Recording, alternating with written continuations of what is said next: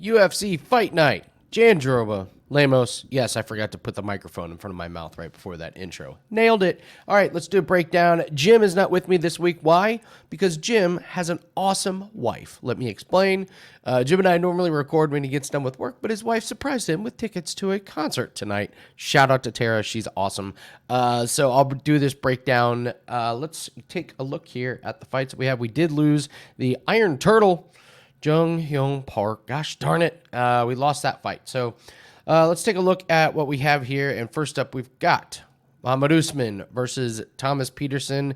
Just looking at weigh-ins, good Lord, Thomas Petersen, man. This guy he showed up not looking completely in shape in his UFC debut, and now he's like 20 pounds. Probably by the time the fight starts, he's going to be 30 pounds more than Usman. And I'm sorry, getting beat up and bloodied up by Jamal Pogues and getting walked down is just a really bad look. Thomas Petersen has not fought very good competition. This guy he beat on Contender Series was a joke. And the fact that he didn't get this guy out until round 2, we immediately flagged Petersen as somebody to fade. Now, Mohammed Usman, I mean, he's not the most exciting fighter in the world. I mean, it's just decision against Junior Tafa, decision against Kelleher, decision against Mick Parkin. I think Mohammed Usman is the pick. Just I like his experience, and I'm just really down on Thomas Petersen. But honestly, the way to play this is to play the over 2.5 or to play this to go the distance. Neither of these guys are finishing the other one. I think they're going to gas fairly quick. They're fairly low volume. Usman's got the one knockout against Zach Pauga, which is not aging very well. Pauga is not looking very good, and it was just one of those flash knockouts. But since then, no finishes. Petersen goes the distance against Pogues. I think there ends up being a lot of clinch in this fight, and just not sure anyone's got the volume. I don't see a submission anywhere. That would be really something. So I think the odds on the over 2.5 or the fight to go the distance is the only way that you're going to play this one. Let's take a look at Luana, Carolina, and Lucie Pudilova. I lean Pudilova in this one. I just can't quite get to the window on Pudilova, but it is a pretty strong lean for me. So she loses a very close one against Jocelyn Edwards, and then she loses against Eileen Perez. Perez takes her down in the first round, dominates. Second round's a little bit closer. Then Perez starts to gas, and Pudilova's got energy. And Pudilova looks much better in the third round than Eileen Perez did. And that is Pudilova's big Achilles heel kryptonite is the takedowns and, kind of the control. I just don't think Carolina's got what it takes to really exploit it. So I think Carolina is going to try to get Pudilova on the ground. If she does, I'm not sure she really holds Pudilova there. And on the feet, I like Pudilova to win kind of a striking matchup. I do think this goes a distance. I don't see anyone knocking the other one out. I just probably won't get to the window on this one. If I'm just being completely honest, I'm probably not going to bet this fight. Why? Because this card is sketchy as hell. And there's going to be weirdness going on. And this is a card where you absolutely have to pick your spots. So for purposes of the video, I'm going to lean Pudilova. I'm going to lean to the over. But I'm not going to be betting it with my hard-earned money. Not on these two. Up next, we got Loik, Radzhabov, and Trey, Ogden. So I'm going to lean ever so slightly with Loik, but I do think this is a pretty fun match, and I think it's really good matchmaking. So Trey Ogden, coming off the really weird win against Kurt Holobaugh, where he just realized that Kurt Holobaugh cannot stop a takedown, and he just takes Holobaugh down and lays on him for the whole match. It was one of the most boring fights in recent memory, and that's saying a lot. But it was effective. He ain't going to be able to do that against Radzhabov. I don't think so. So Radzhabov, he's got these weird 3 UFC fights.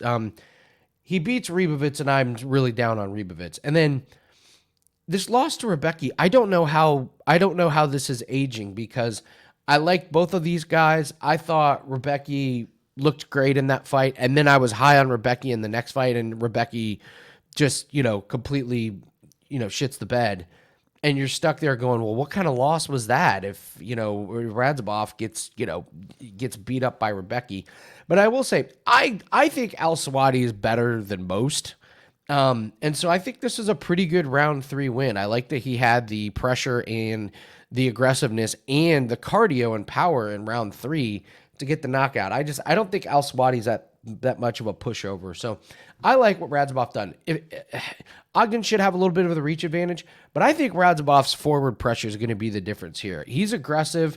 I think he kind of has the bigger moments. That's the other thing. Ogden just doesn't have those huge explosions, or at least he's not going to against Radzhabov. I think Radzhabov's going to have a few of the bigger moments. I think it's a pretty good, close fight. I almost lean this one to go the distance. I won't bet that one, but I do like Radzhabov. Again, just if you're a judge watching this fight, you're like, well, that was a close round. Ogden had some good moments. Radzhabov had that one big explosion where he wobbled him or whatever. I think that's kind of how this plays out. So I like Radzhabov to get it done. Miranda Maverick and Dione Barbosa. And what we've got here, sorry guys, I'm typing the time codes as I record this. Maverick's the biggest favorite on the card, which is interesting. She's like minus 220, and that's it. What scares me about this one is Miranda Maverick's the biggest favorite on the card, and I haven't heard one person say they like Barbosa. Miranda Maverick's had a fascinating career here in UFC. She loses a split decision with Macy Barber. That's going down as one of the worst decisions ever. Loses to Blanchfield. No shame in that. And then loses to Jazza Davicius, where nobody talks about how she had the bad eye poke in the first round and was seeing double for the whole fight. She looked terrible in that fight, and it turns out she's seeing double. Comes back with a nice submission win, dominates Andrea Lee, gets the submission against Mazo and dominates Shanna Yeong. So Maverick, I actually think Barbosa's striking is going to be a little bit underrated here just because I don't think Maverick's striking is that good. Maverick used her striking to set up the wrestling. If this gets on the ground and Maverick gets that body triangle in, she's going to hold it there for the rest of the round.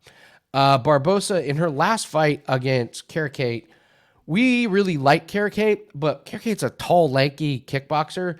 Barbosa wins the first round easily, then starts to get tired, and then by the end, Carricate's the one on top, like forward pressure. Even though she's a kickboxer, she's still got more energy. She's landing more. So I think the longer this fight goes on, Maverick kind of takes control. If Maverick wins the first round, this is just going to be a complete domination. So I like Maverick. That cardio falling off a cliff from Barbosa is very, very worrisome. So that being said, if Maverick dominates on the ground, it's not going to zap too much of that energy. So I think we get a lot of wrestling. I think it ends up being Maverick by decision. I don't know if I'm willing to lay this kind of juice on Maverick on this one, just really for the sole reason that every single person is all over Miranda Maverick and they're that confident about it. It just feels like one of those weird decisions that it's close and the announcer comes out and is like, Judge 1 scores it, and you're like, oh my God, we got another stupid split decision here. So the lean is Miranda Maverick. I got to be honest, I'm probably not playing it just because of all the consensus around it, and I don't want to get burned. Brian Kelleher versus Cody Gibson.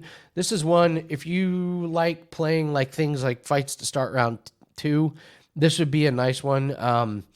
Brian Kelleher, I know he's lost like 3 fights in a row, but he gets smoked by Cody Garbrandt, loses to Mario Batista and Umar Nurmagomedov. Now I know all these are in round 2, but with all due respect, Cody Gibson ain't hitting as hard as Cody Garbrandt. He's certainly not Mario Batista or on the ground. So what's happened with Cody Gibson? Well, he was on The Ultimate Fighter. He has a really good decision fight against Brad Katona. The fight was a lot of fun. And then he comes out and just fights like a dope against Miles Johns. I mean, name a dumb decision that you could have made throughout the course of the fight, and that's exactly what Cody Gibson did.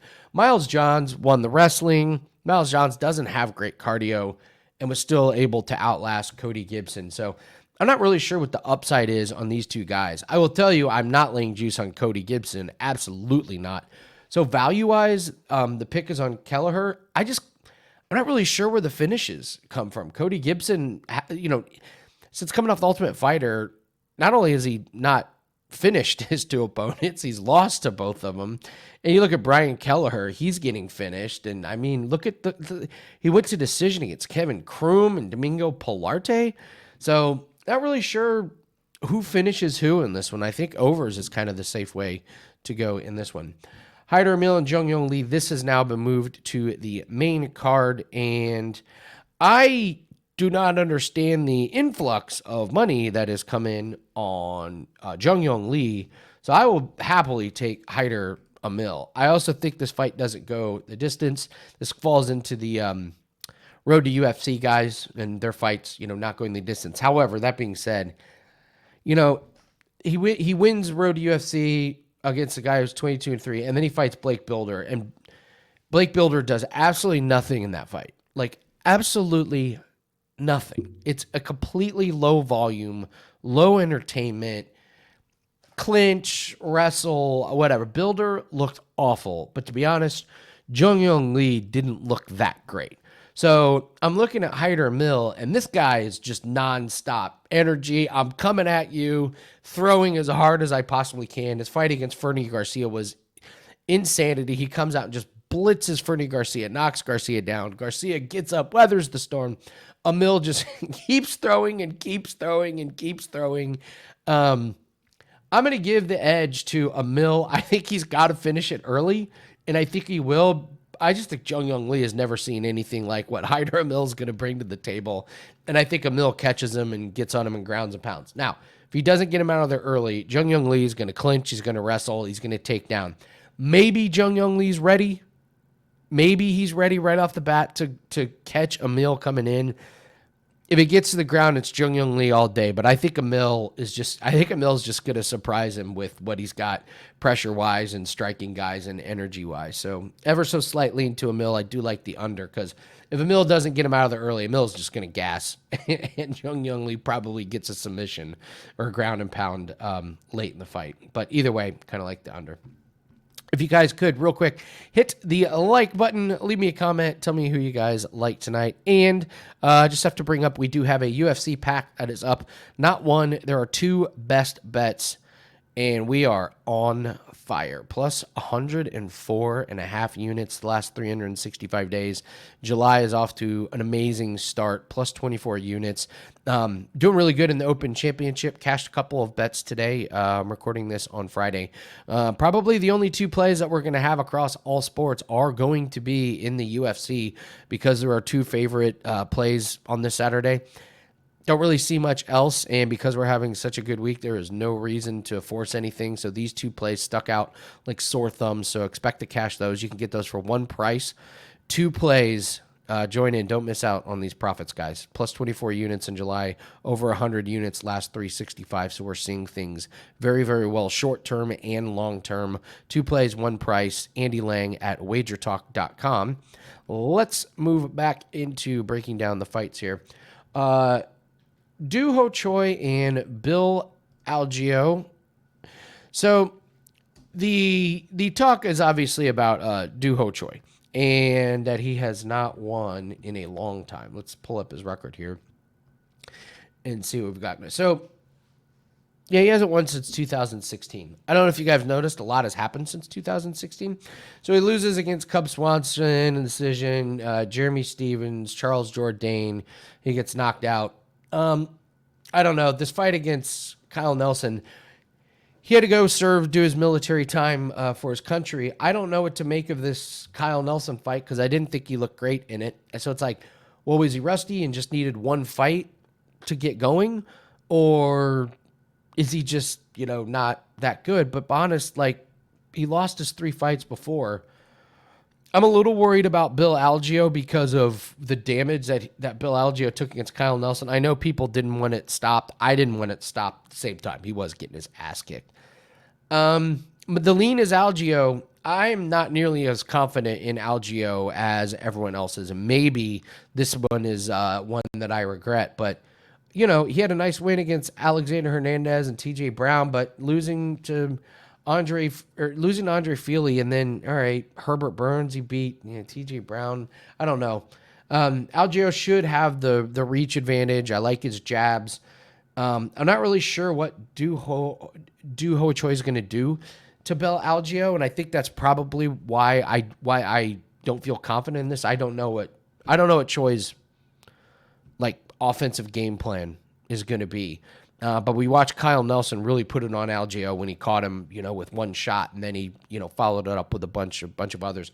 Under is probably a really, really good way to go. I could see either guy getting finished. Lean Algeo, but I like the unders on this one. Bruno Silva and Cody Durden.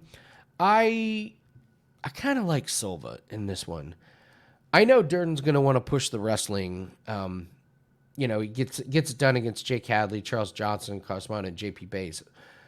But Tajir Ulanbekov, not only did Bekov control him and win the grappling wrestling, it wasn't even close. Like, Durden looked JV out there when Ulanbekov looked like, a varsity player. Like, the adults are wrestling now. Can Bruno Silva, is his wrestling that good? Not really, but he's got a black belt. And, he got a nice... So he got the rear naked choke against Tyson Nam, but really that fight was more about his striking, as was Victor Rodriguez and JP Bays. So I like the striking. I'm just not really sure Durden's going to be able to control Silva and do the damage needed. And Silva, man, his nickname Bulldog. He's a bulldog. He's a pit bull. He's going to come forward and he's going to have the much more exciting strikes. It's kind of like the fight earlier with Radzhabov, where I was like, he's just going to have the more exciting moments. I think Silva's going to have the more exciting moments. And we've seen these wrestlers 4 minutes of control time, but if you get stood up and you get hit twice, they're going to give it to the person that hit you twice.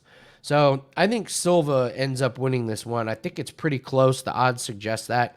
I think Silva kind of has the more exciting moments. And if he catches Durden once with some of his striking, he can put you out, as evident by some of his finishes. So the pick is Bruno Silva. I'm just not a big Cody Durden fan in this matchup here.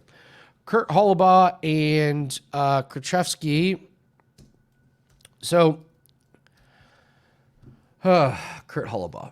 I would tell you I'm not betting on Kurt Holobaugh, but I think there's underdogs that you could do worse on. So he has this fight against Austin Hubbard where he looks really active on the ground and in the grappling and in the striking. He looks good.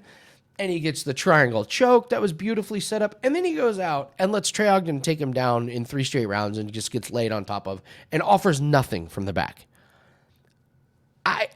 That fight is still confusing, and it's really, really tough to explain, because if we get the Kurt Holobaugh who fought Austin Hubbard, he's going to beat Krzyzewski. If we get the Kurt Holobaugh that fought last time out against Trey Ogden, Krzyzewski's going to win in a landslide. So, kind of Krzyzewski, what a tough UFC debut. They give him against Ellsbrenner, and he got he just didn't get knocked out. He got flattened, got hit and was unconscious before he hit the mat. So it's a little bit worrisome. I know it was 7-8 months ago. So surely he should be okay. But again, I don't like this guy's.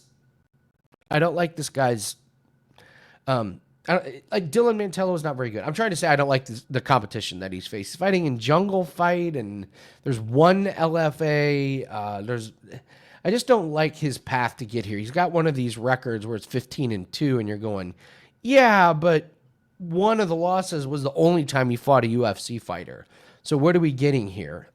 It's a stay away. I think this could be a good live betting opportunity, because if we see Holobaugh look good in round 1 and he looks real active on the feet and the grappling and he's landing shots, I like Holobaugh.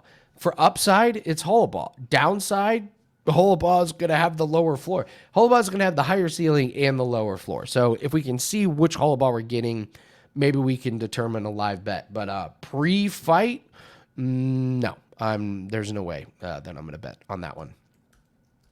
Take a look at Steve Garcia and Sung Woon Choi. So if you like Steve Garcia, which I do, there's a chance you may want to just play Steve Garcia inside the distance. Nice win against Milky Costa, which I think that's a really good, solid win. I love the win against Nurnabeke, and then knocks out Chase Hooper. He gets knocked out by Machate, but then, really beats the crap out of Ontiveros.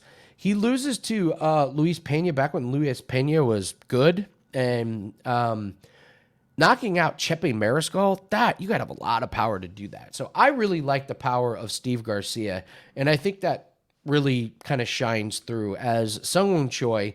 He still has problems with his striking defense. Trezano knocks him out, loses a close split against Coulibaly, but Caceres finishes him. And in this fight against Jarno Aaron's had some moments, and one of the moments that Aaron's had was he landed a clean uppercut, and it knocked Choi down. It's just Aaron's couldn't do anything with it.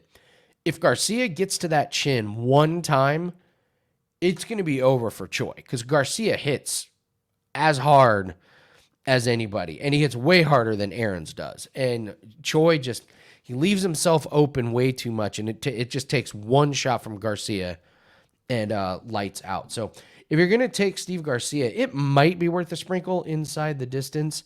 Choi, I really haven't been that impressed with him. I mean, his win against Aaron's was good, but he was landing some leg kicks on the outside. Okay, he got on top and had some ground control, but it was against Aaron's. I just don't think he's going to be able to do that against Steve Garcia. So last time, guys, if you guys could, please hit the like button. Really helps the algorithm out. Tells Wager Talk we're doing a good job for you. And do not forget to go get that NFC pack. It's up at wagertalk.com, wt.buzz/AL.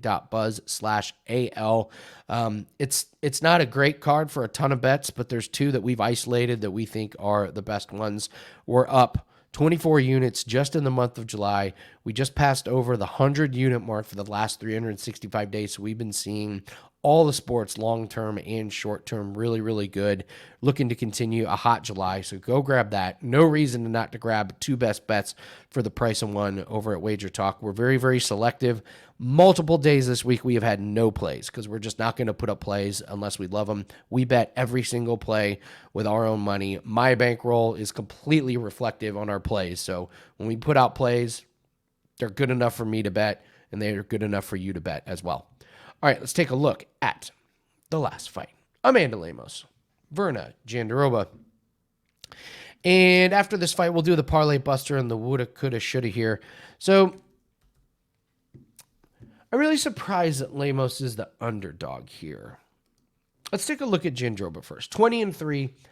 And here's my problem with Jandiroba. I've loved betting on Jandiroba. We've been on her for all of these fights. Angela Hill, Marina Rodriguez, and Godinez. But you've just been getting plus money and really, really good prices on her. And we knew that she was just going to be better with the takedowns and on the ground than Lucie. Lucie's tried to turn into this boxer, and she's kind of abandoned the wrestling, and Jandiroba exploited that. Marina Rodriguez, same thing. Marina Rodriguez, striker. Jandiroba takes her down. Angela Hill, at the time, terrible ground game. Worked out great for Jandiroba. The problem is with Lucie and Marina Rodriguez and Angela Hill is they just don't have the power that Amanda Lemos has. And I think Amanda Lemos is going to be able to slow down that forward pressure at times against Jandiroba with her power. I think she's going to be able to back Jandiroba up and make this fight really, really tough for Jandiroba to get inside. Now, I do think this fight goes for quite a while. It wouldn't surprise me if it went the distance. Lemos, has a lot of finishes. Finishes Marina Rodriguez, even though I thought that was a quick finish. Chokes out Karate Hottie, whatever. Andrade gets her out of there. But these last two against Mackenzie Dern, she really beat up Mackenzie Dern, but she couldn't quite get the finish.